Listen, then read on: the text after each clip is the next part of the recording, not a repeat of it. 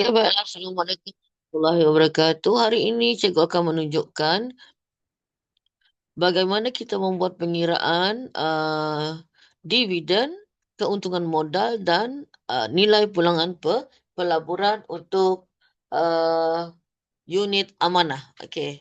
Jadi kalau dalam pelajaran tingkatan 3 kita ada pelaburan iaitu 3 jenis, unit amanah, kemudian saham serta harta tanah.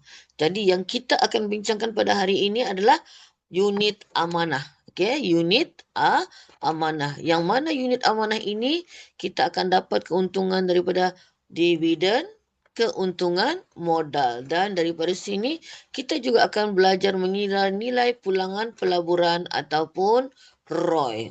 Jadi ada 3 ilmu lah yang kita akan dapat pada hari ini. Okey, baik. Mari kita teruskan untuk soalan seterusnya. Okey, untuk contoh pengiraan. Okey, bagaimana kita mau mendapat modal awal? Kita tengok berapa ribu unit yang kita beli. Maksudnya yang dibeli oleh Alif Satar ini. Jadi dia beli 8,000 unit. Okey. Dan berapakah harga seunit? Harga seunit adalah RM1.25. Jadi kita boleh nampaklah berapa modal awalnya. Kita kena kira bilangan unit itu 8,000 darab dengan RM1.25. Jadi kita akan dapat di sana RM 10,000 ringgit lah.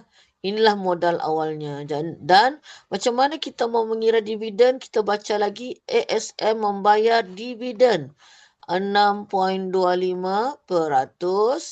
Okay, dan kita punya modal awal tadi adalah 10,000 kelas. Okay. Jadi kita pun darab dengan 6.25%. Shift peratus. Nampak tu ada peratus sana kan? Ni nampak tu sama dengan. Jadi untuk dividennya pada tahun ini kita dapat RM625. Okey. Cikgu rasa sangat clear lah pengiraan itu.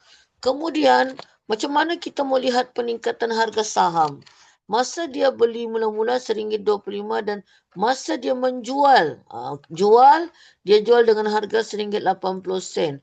Mari kita tengok berapakah peningkatan harga sahamnya. Jadi masa mula-mula dia beli RM1.25 kan.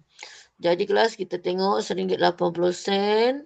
Kita tolak dengan RM1.25. Jadi peningkatannya adalah sebanyak 55 sen. Jadi RM 55 sen. Oh, banyak juga kelas ha. Jadi macam mana kita mau kira keuntungan modal? Ingat, keuntungan modal kita tengok tadi berapa ribu unit yang kita ada. 8,000 unit kan, ini yang kita beli tadi. Darab dengan keuntungan modal 55 sen. Darablah dengan berapa ribu unit tu? 8,000. Okey.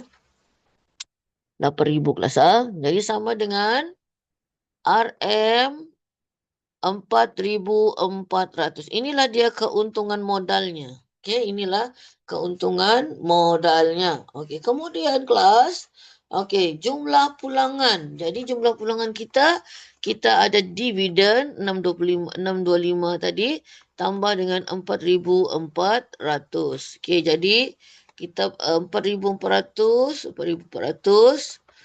Okey, tambah dengan 625, maka pulangan modalnya adalah 5,025. Okey, inilah pulangan modalnya 5,025. Dan macam mana kita mau kira nilai pulangan pelaburan? Berapakah pulangan kita? Pulangan kita 5,025. Kita bahagi dengan modal awal kita 10,000. Kita mau kira ROI ya. Okey, darab dengan 100. Itu cara pengiraan nilai pulangan pelaburan. Nilai pulangan pelaburan ni dia dalam peratus ya kelas, dalam peratus. Jadi 5,025 per 10,000. Okey, darab dengan 100. Jadi kita akan dapat dalam peratus iaitu 50.25%. Kita pun nampak separuh kan di sana. 50.25%. Jadi semoga membantu. Sekali lagi kita ulang. Okey, kita ada berapa jenis pelaburan yang kita belajar semasa tingkatan 3. Kita ada hartanah, saham dan unit amanah. Dan yang ini adalah unit amanah. Dalam unit amanah macam mana kita berkeuntungan melalui dividen dan keuntungan modal. Jadi selamat belajar semua.